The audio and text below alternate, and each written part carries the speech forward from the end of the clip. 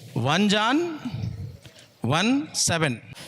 అయితే ఆయన వెలుగులోనున్న ప్రకారము మనమును వెలుగులో నడిచిన ఎడల. ఆయన అంటే యేసు ప్రభు ఎక్కడున్నాడు? వెలుగులో ఉన్నాడు, చీకట్లో లేడు. రూమ్ లాక్ చేస్తే రూమ్ లోపల లైట్ ఉంటుందా? చీకటి ఉంటుంది, చీకట్లో కచరా ఉంటుంది. లైట్ ఎక్కడ వేసుకుంటాము? మంచిగా ఇంట్లో రాగానే మంచి మంచి రూమ్లలో లైట్ వేసి పెడతాం, చూడాలా, అందరు చూడాలా, మంచిగుంది రూమ్ అని లైట్ వేస్తాం. నీ జీవితంలో చీకటి రూములు చాలా ఉన్నాయి. ఆ చీకటి రూమ్లో కచరా ఉంది. కచరా అంటే పాపము. యేసుప్రభు వెలుతురు, లైట్. ఆయన వెలుగులోనున్న ప్రకారము మనమును వెలుగులో నడిచిన ఎడల. మనం కూడా వెలుగులో నడవాలా? మనము అన్యోన్య సహవాసము గలవారమై యుందుము. అప్పుడు ఆయన కుమారుడైన యేసు రక్తము, ఆయన రక్తము సిలువ మీద కాలి, యేసు లేడు అక్కడ, సిలువ మీద రక్తము కార్చి ఆయన కుమారుడైన యేసు రక్తము ప్రతి పాపము నుండి, ప్రతి కచరా నుండి మనలను పవిత్రులుగా. ఆ కచరా ఒక్క నిమిషంలో ఆయన రక్తం ద్వారా కచరా పవిత్రులుగా చేస్తుందంట. ప్రతి పాపము, ప్రతి కచరా, ప్రతి లాక్ చేసిన రూము, ప్రతి స్టోరీ, ప్రతి సినిమా, ప్రతి dirty jokes, bad touch, bad looks, bad thoughts, bad dreams, bad serials, double meaning jokes, ప్రతి కచరా, ప్రతి పాపము నుండి ఆయన రక్తము మనలను పవిత్రం, లైట్, మంచిగా క్లీన్, నీట్, ప్యూర్గా, హోలీగా చేయును. ఇప్పుడు మీరు కచరా పెట్టుకుంటారా?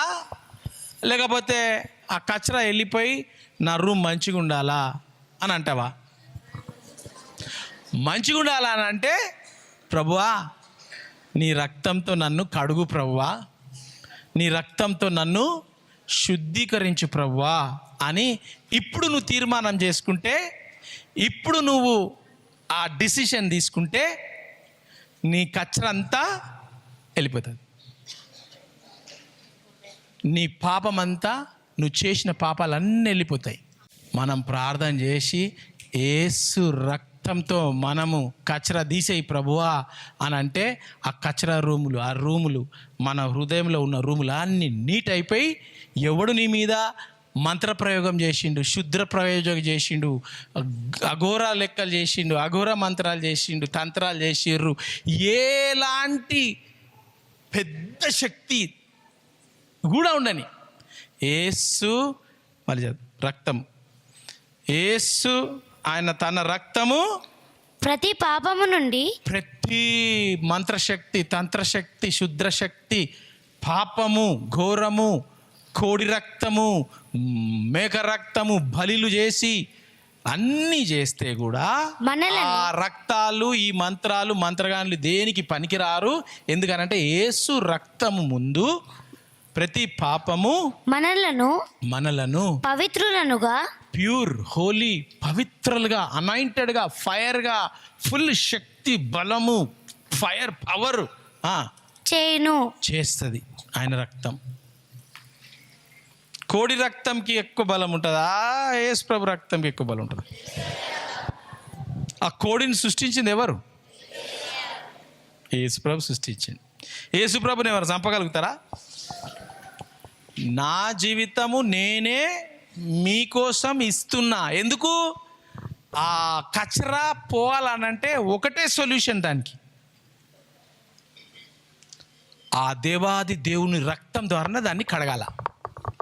కోడి రక్తము, మేక రక్తము, గొర్రె రక్తము, బర్రె రక్తము, పూజలు, మంత్రగాన్లు, బాబాలు, గుట్టలు, గోపురాలు, చెట్టులు, గుడులు, విడులు, ఇడులు ఏది కూడా తీయదు నీకు.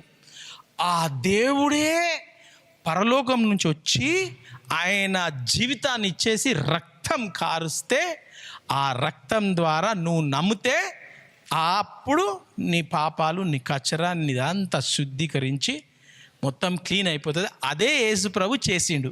అందుకే ఆ శిలువ మీద ఆయన చనిపోయిండు. ఆ శిలువ మీద చనిపోయి నేను దేవుణ్ణి కదా, నేను మనిషి రూపంలో వచ్చి నేను చచ్చిపోయి నేను దేవుని కాబట్టి లేస్తా, కానీ నేను రక్తము చిందించాలా, మనిషి రూపంలో రావాలా, వచ్చి రక్తం చిందించి నేను మళ్ళీ లేచి నేనే దేవుని నిరూపించుకుంటా, మీరు చూస్తారు అని చెప్పి 3వ రోజుకి లేచిండు. లేచిన తర్వాత అందరూ అమ్మా అని నమ్మిన తర్వాత అప్పటి నుంచి దయ్యాలు, భూతాలు, మంత్రగాళ్ళు, తంత్రగాళ్ళు అందరు ఇట్లా గడగడ వణుకుతారు యేసు నామంలో. అదనమాట యేసు రక్తంలో ఉన్న పవర్. అందుకే ఆ శిలువ ఎప్పుడు ఎంటీ ఉంటుంది. ఆ శిలువ యేసు ప్రభు లేడు, దాని మీద లేచిపోయింది. అది గుర్తు అనమాట. నేను లేచిపోయినా నా రక్తమును మీరు నమ్ముకుంటే మీ పాపము, మీ శాపము, మీ కచ్చర గిచ్చర అంతా తీసేసి మీలో నేనొచ్చి మీకు ఫైర్, మీకు ఒక అనాయింటింగ్, అభిషేకం, ప్రొటెక్షన్, విజ్డమ్, నాలెడ్జ్, అండర్స్టాండింగ్, బుద్ధి, జ్ఞానం, ఈ సినిమాలు, షికార్లు, గుట్కాలు, సిగరెట్లు, ఈ అలవాట్లు అన్నీ తీసేస్తా. నేను మీకు సాయం చేస్తా, కానీ నేను మీలో రావాలా. మీలో వస్తే మీలో ఉన్న రూములన్నీ నేను క్లీన్ చేస్తా. అది మన జీవితంలో కావాలనంటే యేసు ప్రభువా నువ్వు నా జీవితంలో రా, వచ్చి ప్రతి రూమ్లో, ప్రతి భాగంలో, నా థింకింగ్లో, నేను పడుకున్నటప్పుడు ప్రతిసారి నువ్వు నా జీవితాన్ని నడిపించు ప్రభువా, నన్ను కాపాడు ప్రభువా అని అంటే దేవుడు మనల్ని శుద్ధీకరించి ఆయన రక్తము, యేసు ప్రభు రక్తము ప్రతి పాపమును పాపము నుండి మనలను పవిత్రులుగా చేయును.